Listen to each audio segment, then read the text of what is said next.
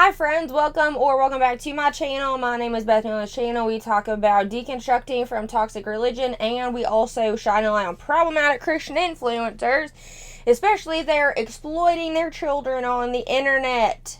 Around here, we are snarky with substance, which I really want to make t-shirts. Let me know in the comments below if you would buy a t-shirt from me that says snarky with substance. Around here, we are snarky with substance, meaning we will make fun of you, we will poke fun, we will laugh at you, but it's all because there is a deeper underlying reason, and it's because, in my opinion, you are problematic. So, if you want to receive videos 12 to 24 hours early, you can become a patron or become a YouTube member. All of that is in the description box below. And if you would like to buy me a coffee, which is just a very small thank you to the content that I do create, that is also in the description box below, and it is very, very appreciative. Everything y'all do, when you even watch my videos, I deeply appreciate it. Oh my God, words are hard today. Why? Sincerely, thank you so very much. Okay, today I am a little late to the game.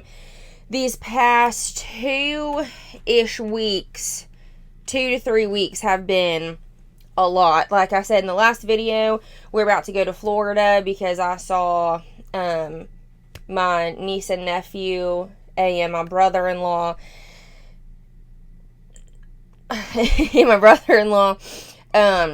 that was, oh my God, we did not see them for very long, but just seeing they're my babies, dude, and when I watch them leave, like, it's, oh my God, it's awful. And then last week we saw our oldest two and his wife and our 2 grandbabies, and oh my, it was so much fun. But again, we didn't see him for very long, and leaving them, oh my goodness, James and I were just bawling our little eyes out all the way home.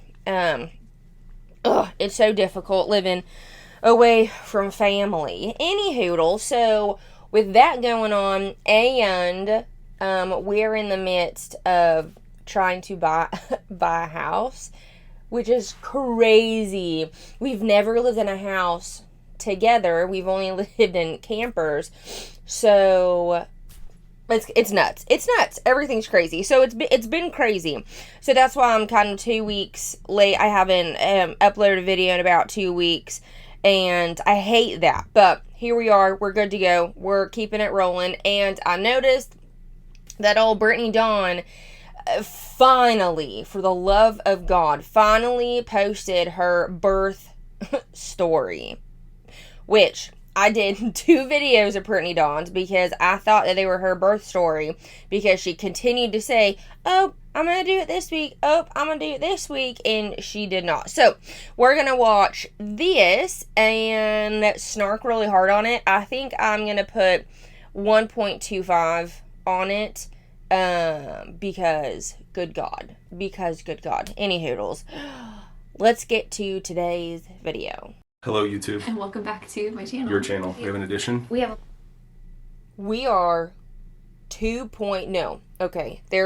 0.03 seconds in, and there's already been like 3 cuts. I forgot that Brittany is the cut queen. This is gonna drive me bananas. I hate it already. Little addition, Maverick, Bo Nelson, and he's asleep. So we're gonna try to make this quick. We'll see how this goes. It's so funny because, like, pre-baby filming YouTube videos was so easy, and now it's like we've been trying to film for 3 hours. Basically, it's been a whole process of like feed him, lay him down a nap, wake him up, feed him, and now we're here. So he just fell asleep. So he should be asleep for a little bit, but we're here. He also doesn't have to be in the video, right? So a few videos back, I was trying to put my predictions of what this is going to be, and one of the predictions was he would for sure be in the video, and that's, I think other predictions was that she was gonna say mama 7,200 times, and like boy mom. I forgot the other ones, but mama for sure. Mama, boy mom, mama. Oh my god, shoot me. Our birth story. I'm really excited. Yeah. We have two totally different perspectives. We do. Where should we even start? Well, let's start with, we've talked about, I think on some podcasts and maybe in some other YouTube videos, you talked about the birth plan. So the birth plan was, we were having our baby at a birthing center here in Fort Worth, and we had an amazing doula, an amazing team of midwives, and our plan, I say our plan. I mean, it was. Yeah, I couldn't have done it without you. Well, but I basically from the get-go was like, hey, as long as I'm comfortable with the safety of everything. Brittany, come here. You can leave pauses in there. You can leave breaths. We are in the beautiful era of everybody hates 100 cuts. You can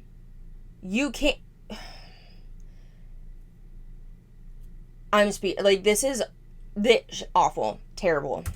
I'm totally down with you to have the baby however you want to have it, whether that's at home in a tub, because there's a ton of people that do that and love it, or whether that's in a hospital setting, traditional way. I'm all about it, as long as it's safe and as long as it's what you want to do. Yeah, healthy mom, healthy baby. That's what mattered to both of us. And so I think going in with that mindset really changed everything, because I wasn't going in with like handing out my birth plan to everyone. Like, I was like, hey, this is what I would like, but if something else happens, I'm okay with it. Well, we communicated about it well beforehand, of like, my perspective was like, hey, I love that this is what you want. I love that this is what you have prayed into, and this is what you feel like the Lord has for you. But as long as we're good with whatever happens, as long as you're healthy and the baby's healthy. Yeah, so as long as I'm healthy and baby's healthy, that was really our perspective. Are you hungry? We might have to take a feed break here. Oh no. And time Pause. out. We're back. We're back. So we were talking about birth plan. Yeah, so the plan was I wanted to labor here at the house as long as possible. The reason I wanted to do that was because he keeps looking at himself. He does what Morgan does. He rarely is going to look at the lens. He just keeps looking at himself. It's so obnoxious. I didn't want to get an epidural, and I knew that if I went to the birth center too soon and I realized that I still had a little bit further to go, I would have been like, deuces, take me to the hospital. Like, we're getting the drugs. I just knew myself. And so I wanted to labor here at the house up until a point where we really couldn't labor here anymore. To say that is what happened, we probably stayed here a little too long. Yeah. We probably could have gone a little earlier than we left. So, But I went into labor at 3 a.m. I want to talk about the night before. So the night before, I was 40 weeks and 3 days when I went into labor. And the night before, my girlfriends came over. Jordan was working, and I was just feeling really defeated. Like, my body's failing me. I don't want to have to get induced. Just a lot of like fears just swarming around in my head. And so they came over and they brought In-N-Out, which I've heard people say eating your favorite meal It's your go-to. can trigger labor, which I don't know if I believe that, but I do love In-N-Out. So they brought over In-N-Out, and we had a girls' night here. And there was a TikTok. What did she eat? A freaking lettuce wrap of a burger? So dumb. To film about like when your friend is ready to go into labor. Well, little did we know that we were actually about to induce labor. And so we filmed this TikTok. I'll put it here on the screen. And I went into labor like 6 hours later. All while I'm at work. All while he's at work. Getting security camera notifications of the front yard, and I'm like, what is one girl at a time is doing a sprint, and he's like, what? What are you guys doing? I don't know what, like, when I leave the house, like, I don't know what happens sometimes. Anyways, yeah, so 3 a.m. rolls around. So we did the sprints. Anyways, I came inside on my birth ball, and I was just bouncing on my birth ball in the living room for like 2 hours while we were talking as a collective. And I remember feeling some like cramping, but I'd already had that a little bit, so I wasn't thinking anything of it. I was like, oh, this is just another like false labor, prodromal labor, whatever it is about. Also, is this, okay, again, haven't given labor, nor, like, do I actually care about somebody's, like, on the internet's birth story. Like, unless you are close to me, I don't really care. Is that a thing that a lot of mothers who birth their babies, is this something that, like, you genuinely want to know? Of, like a friend, yeah, like, tell me what happened, of course, but, like, influencer on the internet that you personally don't know. So many influencers who have children, a lot of the women are like, oh, birth story vlog, which, of course, you're going to get more views because you're talking about your baby, you're going to have your baby there, and it's just another video idea. But genuinely, does anybody care? Because I do not. start. I was just, in my head, I was in denial, and I thought I was going to be pregnant forever. Literally, I felt like I was going to be pregnant forever at this point. And so I'm on the birth ball bouncing for 2 hours. I think that had to do with it too, because they say that bouncing can like trigger the baby to like drop a little bit more. And that's what he did. So we went to bed. I went to bed around midnight. Not advised. Again, in my head, I thought I was going to be pregnant forever. Little did I know that I was about to go into labor with 3 hours of sleep. So I woke up at 3 a.m. to a pretty intense, what I now know to be a contraction. And something just told me to start the timer on my phone. So I did. I had a pregnancy app. I actually started on my clock. She also got her recorder. I'm an idiot. She got her video. Oh my God. What is that thing called? A camera. She got her camera out and started recording too. So you always got to remember your camera. You always got to remember start video and stuff so you can post it later.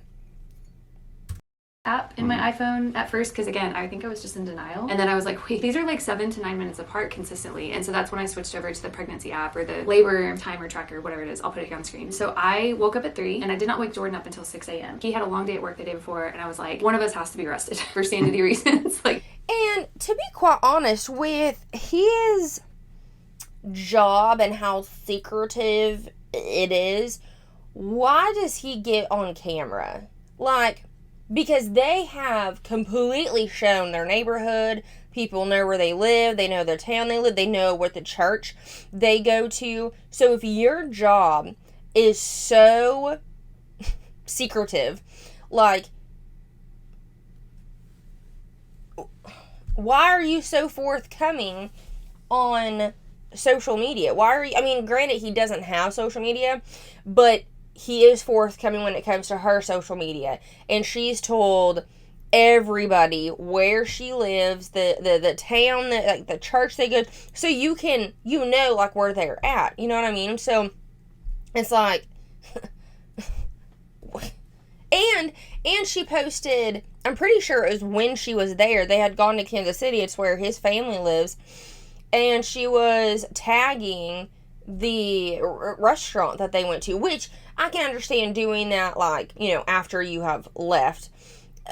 But I don't think that was the case. Like, they were in Kansas City and she was tagging the places that they were at. So it's like, I don't know. I think she just says it because it sounds fun. Like, I can't talk about it because my husband is a super security officer at an unknown place and I can't say what it is. But then they can film everything else. Like, it doesn't make sense.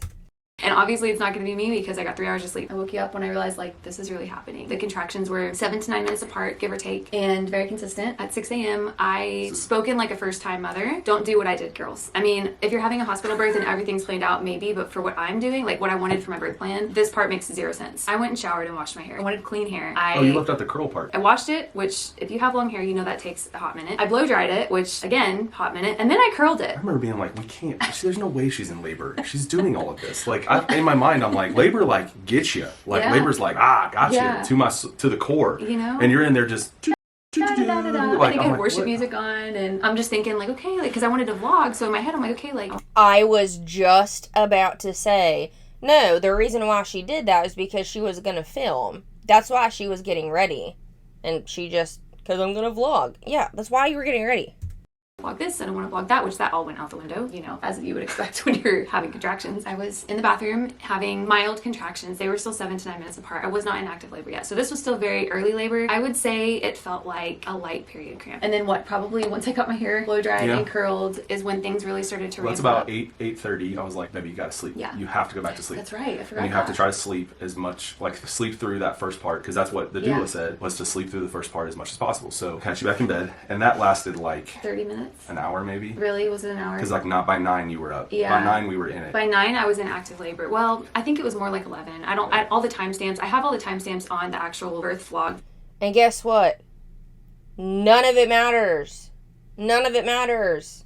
And other than your close people, nobody cares. I wonder what exactly is going on between her and her mom and her sister, because her sister used to be in a lot of vlogs and she used to go to like the retreats with Brittany and all that, but like her sister hasn't been around.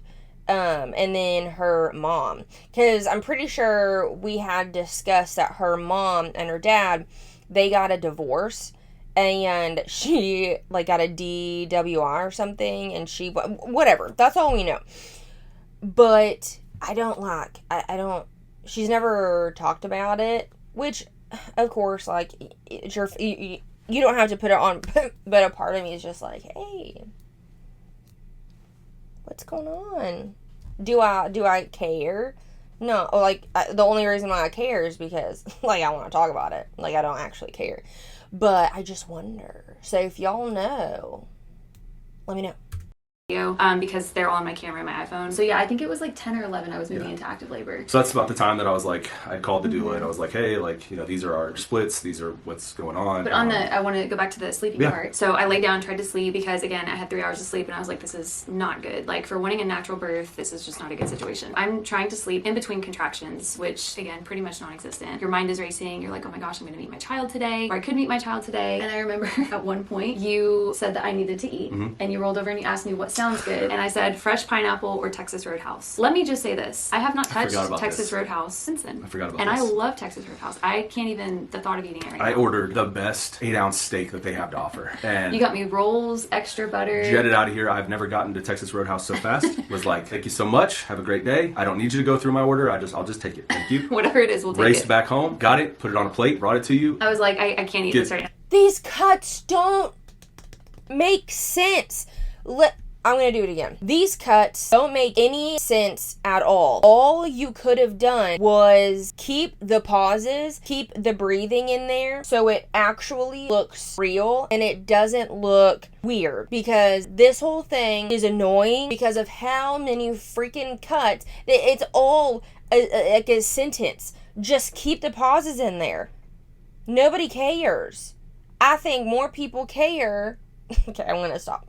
I think more people care of how annoying the cuts are than, like, oh my god. I mean, yeah, if it's like a long pause and like you sniffle or you cough or you whatever and you're like, I don't want it in there, then sure.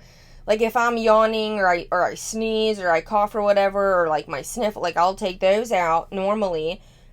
But or I like stumble upon words, whatever. But other than that, dude, it's like, just leave it in there.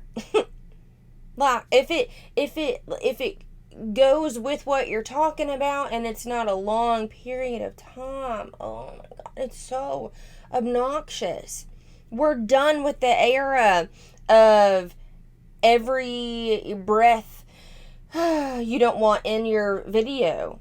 Like, we're done with it. That was last year, 2 years ago, whatever. Now it's like, hey man, just keep it in. It's fine.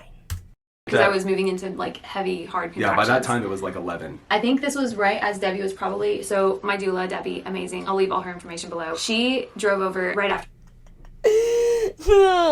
Old doula Debbie, old D squared.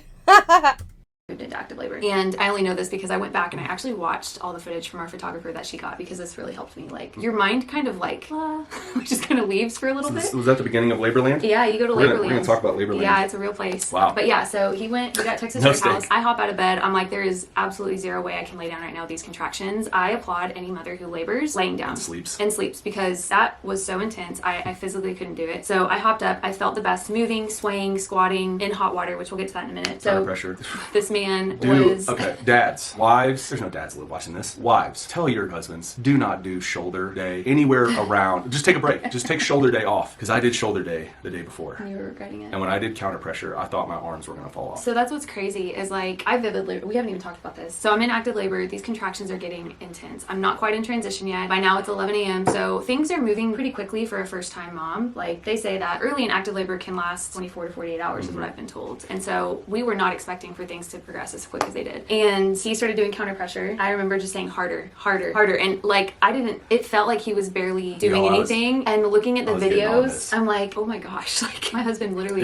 Ended up being a 16-hour workout. Honestly, it's amazing because that just shows, one, my mind was elsewhere. Yeah. Any other day I would have been like, ow, that hurts. Like that wouldn't feel good. We're yawning. You're so tired. And yeah, so counter pressure was incredible, but it just goes to show like the intensity of the contractions. I'm not going to say like they were unbearably painful. They were intense, I think is the better word. They were not comfortable and they definitely I felt pain, but you know, you just hear women say like, I thought I was dying. I didn't feel that way at any point. I did have a few moments where I was like, I need to get this baby out of me or something could happen. So doula gets here, husband's here, photographer gets here. At this point, I'm probably dilated to a 6. We don't know. 6 or 7, we don't know. I didn't want to be checked. She probably would have checked me had I asked, but I didn't want to feel discouraged. And that is something that I really prayed into of like, Lord, I don't want to be discouraged if I find out that I'm only like a 3 and I'm feeling all this crazy pain or pressure or intensity. That just really would have like gotten to me mentally. And so at this point I got into the tub. I don't know how long did I labor in there, like 30 minutes probably? Maybe an hour. An hour? Okay. I labored in the bathtub. The hot water literally felt like a warm hug. Best thing I ever did was getting in hot water. I got out of the tub an hour later, still had not lost my mucus plug, still had no bloody show, nothing. And I remember she had me put a diaper on because I think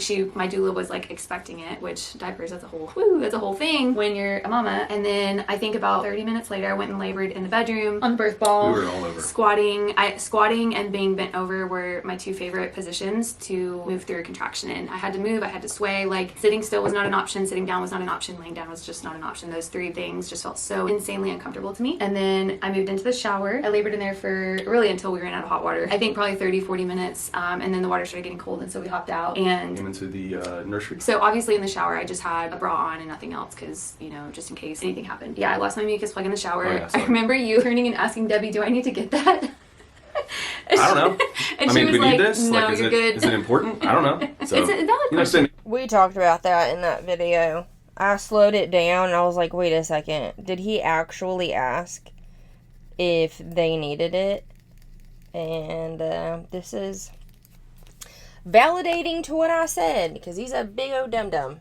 A little bit of a deal about it in birth class and Yeah. we lose the mucus plug and I was like, Well, they want to know like what color certain things are and make sure Yeah. that everything is so not... I kicked back into my training and was like, I need to get that? It's like, no, we're fine. So Got you out of the shower. got out of the shower, put another diaper on, and then I labored over the toilet. That's where everything That was where it got really intense. I am convinced that's well, actually... and that's where the modesty in a went out the window. marriage goes out the window. It just went out the window. I mean, you don't care at this point. You really don't. Like, if any woman is like, not insecure, I guess, like self-conscious of how it's going to be, like with their husband, you don't care. You really don't. When I was doing counter pressure While I'm you're on the toilet, facing backwards on the toilet. I listened to so many podcasts and just read so many articles, and I heard so many people say that the toilet is called the dilation station. Y'all, they're not kidding. I'm convinced that that's what took me into transition. I labored for 3 or 4 contractions on the toilet. So for a total of like maybe 10-15 minutes at this point. And I remember Debbie came in there because I wanted to get up and she was like, one more. You can do one more. You can do anything for 1 minute. And I was just like, I don't think I can. Like, this is a lot. And that is what sent me into transition. By that point, I was like, I need to get up. Like, I can't stay here. So I jumped up, probably an 8 at this point, dilated to an 8. Well, we don't know yet. We don't know. We don't know yet. But we didn't know. But now looking back, that's probably where I was Don't at. spoil the fun yet. I won't spoil the fun. So that was probably what, like 3 o'clock? Yeah, getting close. 3-ish. Yeah. We had the idea to go to the nursery. Yeah, well, so I had to throw clothes on. Debbie's like, here, put this on. And I was just like, I don't want to. She's like, you need clothes. We're not leaving this house. Coming down the pipeline. And she warned me that a lot of her mamas, like when they get to that point, they don't, because you just want to rip things off and you're uncomfortable and you're hot. And so that was a whole thing, trying to get my clothes on. I think I remember, were you holding me or was Debbie holding me? I was holding you. Yeah. And she was helping you get dressed. I don't even remember. So that was a whole thing. And then I, over time, walked over to this side of the house with the nurse. Is there viewfinder, like, all the way up here? Because she's actually, she's done vlogging for, like, 1,700 years. So she's, of course, looking out the lens. But he's looking, like, all the way up here. Is, like, there a mirror or a viewfinder up there? He hasn't looked at the damn lens once. He's like, I was holding you. Doula Debbie was getting you dressed. What are you looking at? Which I didn't understand why they wanted me to come in the nursery, but now looking back and looking at the photos that we got, I'm so grateful that I did, and that I think it was Jenna's idea to come, our photographer. If you've been here for any amount of time, you know that nursery has held a lot of good moments and a lot of really hard moments, and so it just felt really redeeming to be able to labor the last part of my labor here at the house in his room. So I labored in there for what, 10 minutes, 15 minutes? Oh, yeah, and then that's when things were, I was in things transition. Things were rough, so. Yeah, we did several different positions. I had my leg up on an ottoman and was like rocking into it. I think that really helped open my hips up. I laid like bent over on the birth ball. Honestly, that birth ball was my best friend that day in hot water and your counter pressure. And then we did one more after that. We went back to the bedroom and she had me. Where you were on the side of the bed? You were not a fan of that. She had me lay, what is that called? Like lying side lying leg release or I don't know what it is. Maybe I can put a picture of like the example here on the screen, but whatever it was. You did not like that. I did not like it because it was effective and I felt everything and I could feel my body like progressing very quickly. My doula was holding my leg and she was counting down. She's like, give me like 10 more seconds. And I think I was just trying to negotiate with her. No, there was a time. Yeah, I think, and that's where I think I kind of looked at her and she kind of looked at me and she was like, yeah, I think it was your desire to negotiate with, because everything up until that point, I was like, yeah, sure. Everything up until that point, every idea that was thrown out, everything that we did, you know, Britt was like, yeah, okay, sounds great. Okay. Like you were hurting, but you were on board. And that position, you were like, no, I'm not the Holy Spirit wasn't even convinced me to do that position. She was just like, no, I'm not doing that. Yeah. And so Debbie kind of looked at me and I was like, we going? And she's like, yeah, we're going. And it was exciting. It was exciting for him because he was like, oh my gosh, this baby's about to be here. So we're about to meet our son. That was quite literally. So I had a contraction on the way out. At this point, I think Debbie realized like the writing on the wall of like, oh shoot, we've got to go now. And again, none of us were expecting me to progress as quickly as I did, which that's what's so cool is my prayer during pregnancy the whole time was I want to have a natural birth and I want labor to be quick, like supernaturally quick. And that's ultimately what the Lord did. So we were walking out the door. I have a major intense contraction. I'm bent over by the front door. Jordan helps me through that one. And then I waddle out the door to the car because I'm waddling at this point. And that was the worst car ride of my life. Load you up. And of course, as a husband, I have, I've got numerous routes and there's always construction in DFW, but we make it. It took us about 22 minutes. That was probably one of the worst parts of my entire labor was that car ride. And I think looking back, we won't wait as long because I wouldn't advise anyone to. We definitely can on number 2 for sure. But I mean, and I was trying to focus on getting us there safely, and I wasn't much support in the sense of like can't do counter. Is he dyeing his mustache? Is that a thing? Is he dyeing his mustache? Because I don't think his actual hair is that dark. I can't do anything. I was in the back seat, and Jordan just kept saying. One of the things I just kept telling her was like, just talk to Jesus. Yeah. Like he can talk to the Lord right now and ask him for the strength to get through this. And I think that worship on. Yeah. I think Yeshua was on in the car. I remember that, which is another really cool thing that we'll get to in a second. So we get there. One thing that they say is to keep the room, whatever room you're in, dimly lit, because that helps with Pitocin, and Pitocin is what helps. I think it's Pitocin. I don't know. I'm not a nurse. Y'all check me on that. Whatever hormone it is, it helps progress labor. So I had an eye mask over my eyes in the car, which also helped me not see where we were. So that helped me feel like, okay, I kept telling myself like 2 more blocks. What I didn't know was a like 25-minute car ride. I mean, you have to mentally prepare for things like that, and I think just having the Holy Spirit really helped me through that. I was crying out to Jesus in the back, just like, help me through this. I remember I kept saying, help me Jesus. So we get there. Well, of course, the first thing that the midwives were already there. They were there to greet us, and our team was amazing. And one of the first things they wanted to do, since we hadn't done it, was to check you. And so I'll tell this part because I don't remember it. So they get her on the bed in the birth suite, and I was up at your head to console you and just talk you through. And I think you were looking one direction, and the midwife stands up and she's like just wide-eyed and she just holds up a 10, and I'm like, 10 what? Debbie was next to me and she goes 10, and then goes. So come to find out, she didn't want you to know where we were at because she didn't want you to slow down. They didn't want me to relax and like get, in my head about like, oh, this baby's going to be here any minute because I was doing so good progressing. In all theory, you were at a 10 on the car ride, which was... Which will not happen again. Not advisable. Yeah. But, lucky for us, it's my first baby, so the pushing didn't come right away. I kept saying, well, babe, you wanted to labor at home as long as possible. I mean, the Lord answered that prayer. The midwife said, how do you want this to go? And I literally said, I don't care. I think I said I want to capture his first cry. Yeah. We'll get to that. That did not happen. Okay, sorry. We had to take another little break. Full of breaks. Yes. So where were we? The shower. So No, full of freaking cuts. I wanted to labor in the water again because I knew it felt so good. So I went to the shower, and that's where mommy labored for about an hour. 45 minutes to an hour in there. I remember they tried to get me to sit down on the stool, and I hopped right back up. I said, there is no sitting. Praise the Lord. I was as active and worked out as much as I did during my pregnancy because I labored standing up, I would say 99% of the time, up until things kind of got a little crazy. So I labored in there, then I got in the tub, and that's where I started pushing. I remember I started bearing down. Didn't you ask about the pressure? I started bearing down, shower, the pressure. I was like, there's so much, I kept saying there's so much pressure, and Debbie and the midwife were like, that's good, that means you're progressing. They didn't tell me to start pushing. They wanted me to let my body naturally start pushing. And then I got in the tub, and that's when I was like, I feel like I need to push. And I remember Angela, our midwife, looking up, and she goes, then push. And I was like, wait, what? I'm fully dilated? And she was like, yes, you can push. And that was like, but I didn't know. And that was like the biggest feeling of relief that like, okay, we got through the craziest part. They say a transition is far worse than pushing. The pushing wasn't painful. The pushing was just really intense. It was a lot of pressure, like Jordan said. And so we were in the tub, and there was some sweet memories there of in preparation. Her girlfriend girlfriends had written out prayers.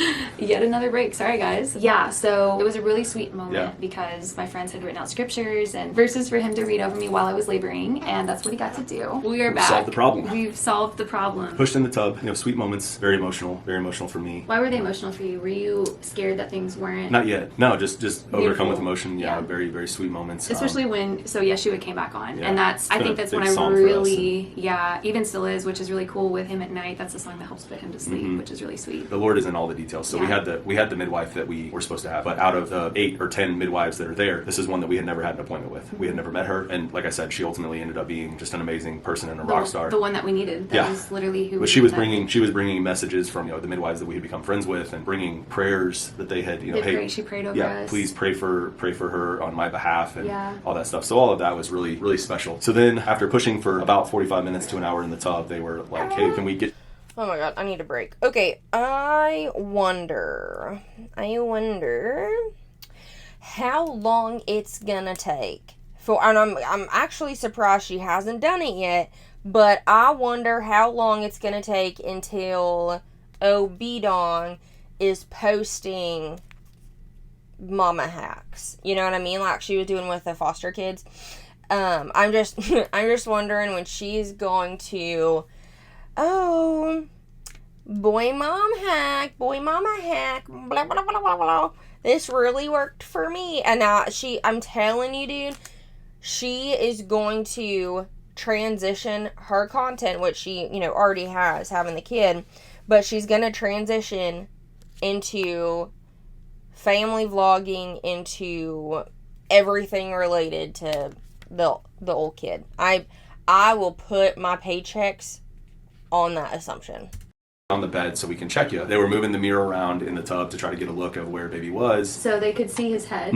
They were in the tub, and or I'm in the tub, you're not. Yeah. She stopped me after pushing for how long did I push for? Probably an hour and a half. Yeah. She said, "Do you feel like this is an effective position for you to be pushing?" And I was basically I don't know.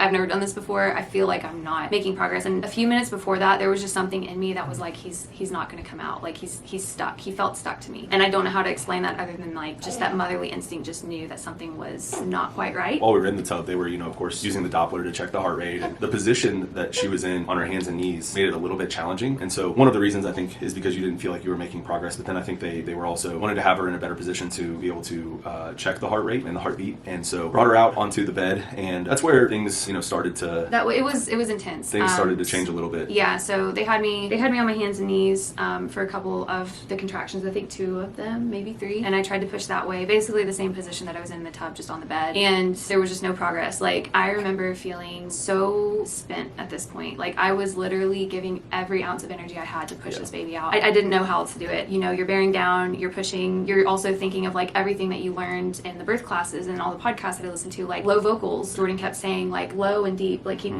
deep, deep, deep, deep. He would keep saying that to keep my noises. That's the best way I can say it. There were some noises. There were some noises that just naturally, it's an instinctual, what's the word I'm looking for? It's instinctual. Primal. You just know. And so nailed it.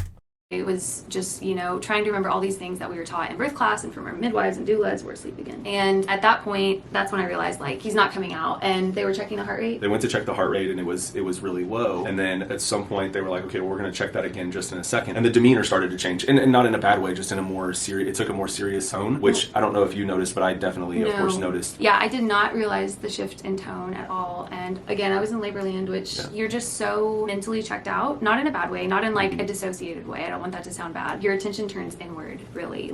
You're focusing on your baby. There were a lot of times where, I don't even know if you heard me, maybe I'm sure the midwives did because they were right there, but there were a lot of times where after I was finished pushing, I would talk to Maverick and I'd be like, Maverick, come on, bud, work with me here. I need you to help me, help mama. I do remember that. I would talk to him, not that he knew what I was saying, but maybe in some crazy way because of how God designed moms and babies, maybe he did, and at this point he still had not dropped either. Yeah. The child that cannot utter words completely understood what you told him in the womb. Yep, that's how that works. Which was another crazy thing. He was still sitting really, really high. And I remember my whole pregnancy, I was like, man, is he going to drop? Man, is he going to drop? Everyone was telling me oh, he's going to drop. You're going to go into labor. You'll know because he'll drop. He never dropped. He made me work to get him out. I think I realized that there might be some trouble.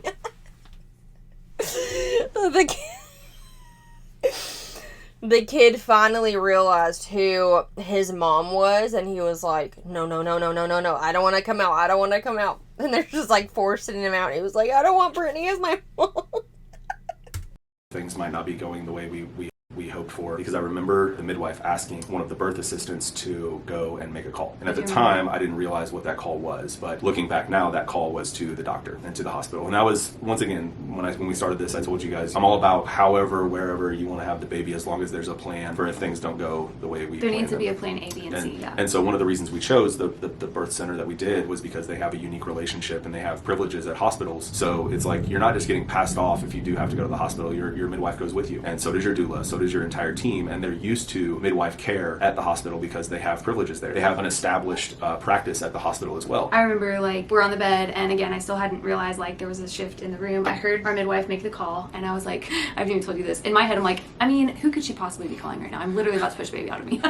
Little did I know, she was actually calling about that situation. I don't even think I told her that. No. I needed to at my next appointment. But all of a sudden, they had me lay on my side, and I just remember Jordan was behind me. He's, like, holding me, loving on me, speaking to me, encouraging me. And they're holding my legs, and they're just like, we need you to push with everything you have. And that was where I started getting really discouraged, because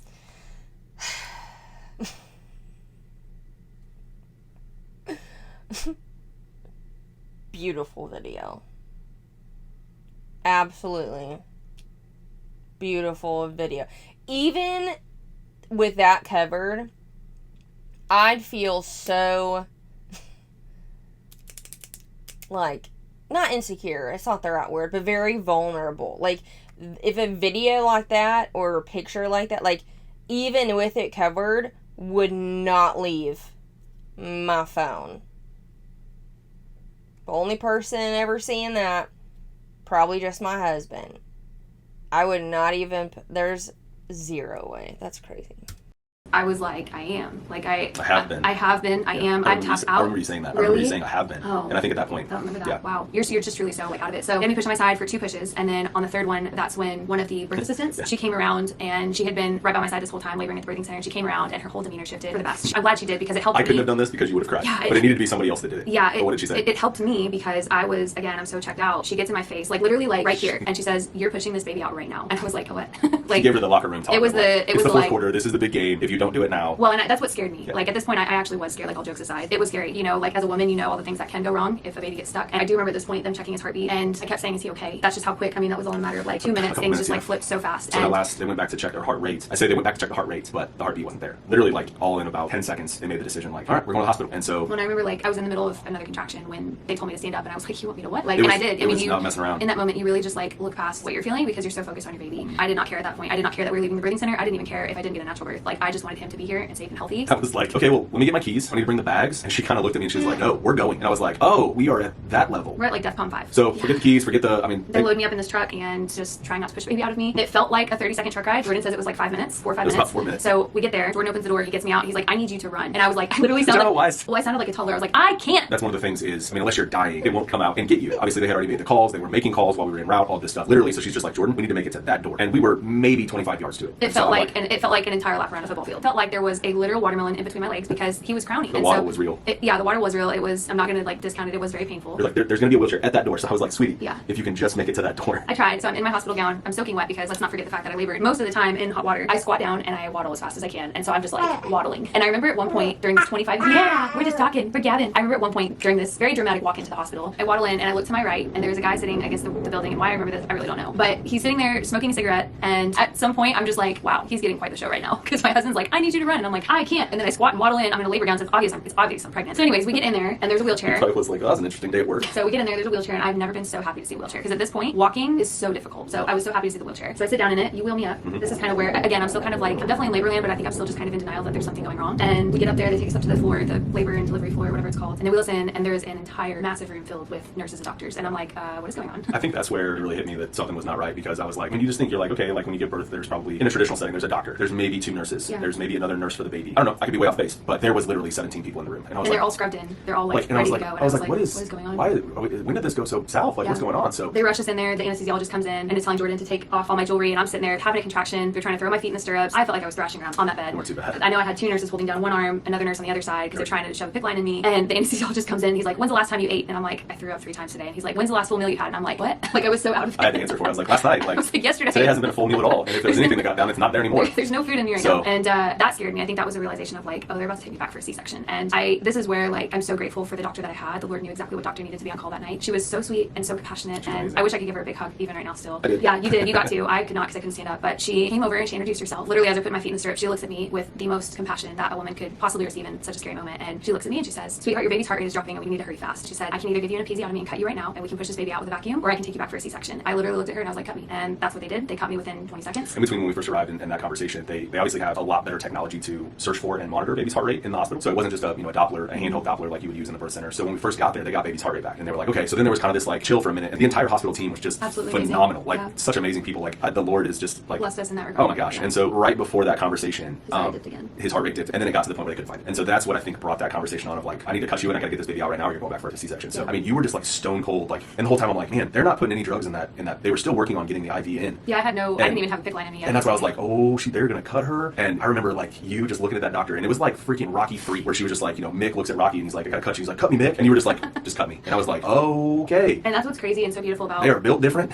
Yes, women are. But that's what's beautiful about like doing it with the Holy Spirit, is because like I don't remember that. I remember getting cut, but I don't remember the pain. Yep. I remember the moment, but not the sensation or the feeling of it, so to say. That's just crazy to me, because you hear so many horror stories, so many traumatic birth stories of like women remember it, they heard the sound, all these things. I don't remember any of that. And Labor Land, it's like the Men in Black, where they would like clear your memory. I swear that's what happened. But that was like the Holy Spirit, because it's biblical. Like her hour is here to endure the birth pains, but then she doesn't remember once the baby's here or something like that. Mm-hmm. She does the episiotomy. She gets the vacuum placed, and then I want to say you had a contraction, and then you pushed through. I pushed through when the contraction stopped. And then on that second contraction, she replaced the vacuum, and he came out. Yeah, you explained like the vacuum situation, because I obviously wasn't looking. I don't even know what I was looking at. It's just really just getting him to a place to be able to place it appropriately. Yeah. And then he came out right away and brought him up, put him right on her chest, and he cried. I remember hearing him cry when he first came out, and then he wasn't crying anymore when they put him on my chest, and they were working on him pretty quickly. Well, it was like this. He cried right away, which was like the best thing. Yeah, I lost it. The best sound ever. And so, we got really emotional, and then they're kind of like trying to get him to cry a little bit more, and then, that working became more vigorous, and then we had a plan to do a delayed cord clamp, and so we got a pretty decent amount of that, but pretty quickly they were like, okay, like, we're gonna, Dad, you want to cut the cord, which I did, and then they were like... And then he went to be with Maverick. I wanted him, I was like, he looked at me and I was like, go with him. And so he went to be with Maverick, and they took care of me. Again, we had the most incredible nurses. Yeah. I felt so, like, safe with them, I guess. You would hope that you could feel safe at any hospital, but I know that's not the case.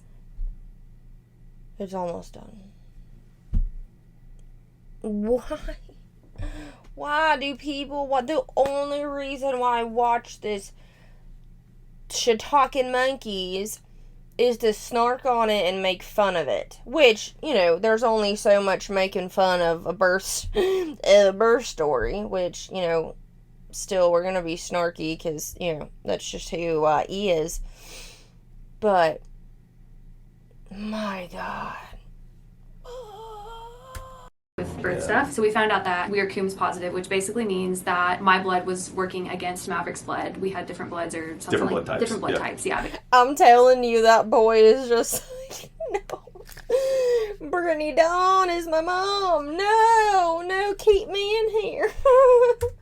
So between that and then the trauma of the vacuum that they had to use on Maverick during delivery, he ended up having jaundice pretty bad, pretty quickly. And so... We got to mom and baby, as what they call it, I think. Yeah. Mom and baby. We got there about midnight, and his first lab draws came back really high. So by 3 a.m., he was underneath what we affectionately call the disco lights. The baby disco lights. I was technically in the hospital for 2 days, and then they discharged me, but obviously we're not going to leave without Maverick. So we ended up staying for 4 days. Got those Billy Rubin numbers to come down and got through all of that. And we rebuked the Billy Rubins. He was 9 pounds, 1 ounce. 21 inches long. 21 inches long. He's a pretty big homeboy to come out by himself. If you ask me, I had an amazing birth story. I am so glad that it turned...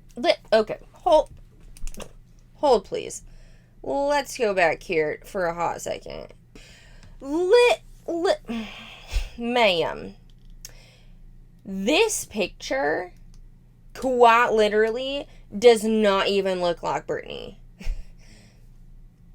Number one, her complexion is a lot darker than normal, okay? It looks like she has one of those beauty filters on. This does not look like her at all. It is so crazy. Like, she looks like she should be on the Life of the Mormon Wives show, and how all of them have so much work done. They all kind of look the same. They're all fake looking. Like, that's what she looks like. This does not look like her. Like, surely that photographer did some photoshopping, beauty filter stuff on her. Like, that doesn't look like her. Maybe it looks like, you know, like a sister, not like a twin, but like a sister, or somebody who looks very, like, it doesn't look like Brittany. Like, how can you look at that and put that picture out, like, even on Facebook or your house, and be like, oh my goodness, look at that beautiful family, when that doesn't even look like you. And when because she did post it, that is so misleading. She said that they, because of her, were in the hospital for 2 days, but Maverick had to stay, so they stayed another 2 nights so they could be, you know, with him.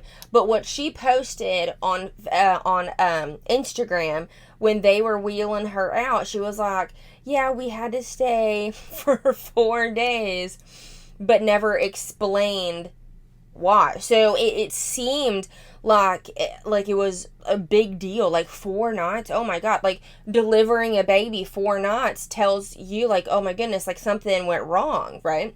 And so it was so misleading, because I remember that post. It was like, oh, we're wheeling out 4 nights we were here, instead of saying, like, no, we stayed for two days, but we stayed extra just to be with Maverick. Like, so misleading. Come out by himself. If you ask me, I had an amazing birth story. I am so glad that it turned out the way that it did, even though it didn't go as planned. If you ask him, he's had the last month to work through some of the trauma of it all. It was just a very helpless feeling, and seeing the look on the nurses and the doctors' faces. Once again, I'm just so thankful for the training and the experience of our team, and our midwife was phenomenal. And literally amazing. She an angel on earth. She pulled the plug on the situation exactly when she needed to. It's a very helpless feeling as a dad when you can't do anything in that moment, and you go back and forth from making sure, like, is my wife okay? Is my baby okay? I had a massive adrenaline dump and had to, like, literally go sit down. It was, I think, after everything was done, the Mav is okay. Mav is going to, be with her. You're fine. Everything. I just had to, like, leave for a second, and I went into the bathroom. They have, like, these massive, like, tile showers where they can actually, like, wheel a wheelchair. I just sat down and laid up against the cold tile, and I think you sent one of the midwives to find me. I was like, I don't know where my husband went. So she, like, pops her head in, and she's like, Jordan? And I was like, I just need a minute. The adrenaline was real. Well, when he came back out, I'm just in baby bliss. I'm like, look at her son. I'm like crying, emotional. I look over at him and I'm like, I could do that again. And he's like, what? I was just like, you're like, I'm gonna need a minute. I want to wrap up with this. The power of intercession. If you are a Christian watching this and you're about to have a baby, or you hope to have a baby one day, I had a group of probably 20 women in a text thread. Literally, I sent them a text the second I went into labor, or when I woke Jordan up and told them, like, hey, I'm in labor. And when they didn't hear from me, they were like discerning in the group, like, something's off, and just so powerful, so powerful. I felt so covered the entire time. Even when we were getting transferred to the hospital, I had this overwhelming peace that everything was going to be okay. The Lord had actually given me a vision of Maverick when he's like 3. Even still, in the postpartum anxiety phase, has given me peace, because I'm like, he's going to be fine. I've already seen him when he's 3 years old. Our initial thought process behind all of this was, all that matters, mom's okay and baby's okay. And so we consider it a massive success. Yeah. It kind of looked like what we planned out. The first part was to a T what we planned Literally out. a dream. Yeah. And then, that last part, not what we had planned, but you know what? The Lord was in control, and the Lord placed every single nurse, the doctor, such a sweet lady, and then, our midwife team, our doula, our photographer, everybody just played a role. And so it ended up being the most beautiful success, and here we are. We have a monster. A beautiful baby boy. We have a monster. Who is currently measuring in the 100th percentile for his height. Big boy. just insane. So when you look at those numbers, you're like, it kind of makes sense why. Wait, so then she didn't even get anesthesia. What, did she not get anesthesia when they cut her? I feel like that would that'd be a bit inhumane to just cut. Like, she would have had to been medicated for that, though, right? Because the title of this video says, unmedicated birth story, almost started pushing in the car. Whatever. But is that another misleading thing? Because he did say, like, oh my god, that was crazy. Like, she said, cut me, and they hadn't even started a PICC line yet. But did they start the PICC line? Because the anesthesiologist was there. So before, cutting, like, she would have had to be numb. Right? Right? A little bit help. You did great. Thanks, baby. I couldn't have done it without you. That is how we brought little baby Maverick Bo into this world, and I wouldn't change a thing. In fact, I already can't wait to do it again, and I fully plan on going back to the same birthing center. So they're just an incredible team of women, and they yield to the Lord, and they love the Lord. And I think that when you have God in the middle of anything, including birth and labor and delivery, like, he's gonna work it out for your good somehow, some way. So that is it. Anything else? Nope. Okay, we're gonna go run errands after I feed this little milk machine. Yeah. Thank you guys so much for stopping in on my channel, and I'll see you guys in the next video. I can't wait. Bye. All right. Sadly, she only said mama 3 times. But sadly, because I'm wrong, but also fortunate for us, because other than the 7,900,000 cuts that she did, it would have made that video even more unbearable. Okay, well, that video's done, which means this video is gonna be done. Y'all let me know what your comments are in the let me know what your comments are in the comments below. No, what am I saying? Let me know what your opinions are, your thoughts are in the comments below, and be on the lookout for another LeBrant video, because I might have a loophole to share their Bear Fruit app course. Like a course on finding somebody in 30 days. But at the beginning of the app, it does say, like, there's a disclaimer that says, hey, you can't do videos on this. You can't, whatever. And so in order to get the app, you have to, agree to that, or, legal things will happen. Well, I think I have a loophole, because I have the information of how to find your perfect person in 30 days, but I didn't have to download the app. So, loophole, just keep an eye out for that video. Okay, I appreciate y'all so very much, and I'll see you in the next one. Bye!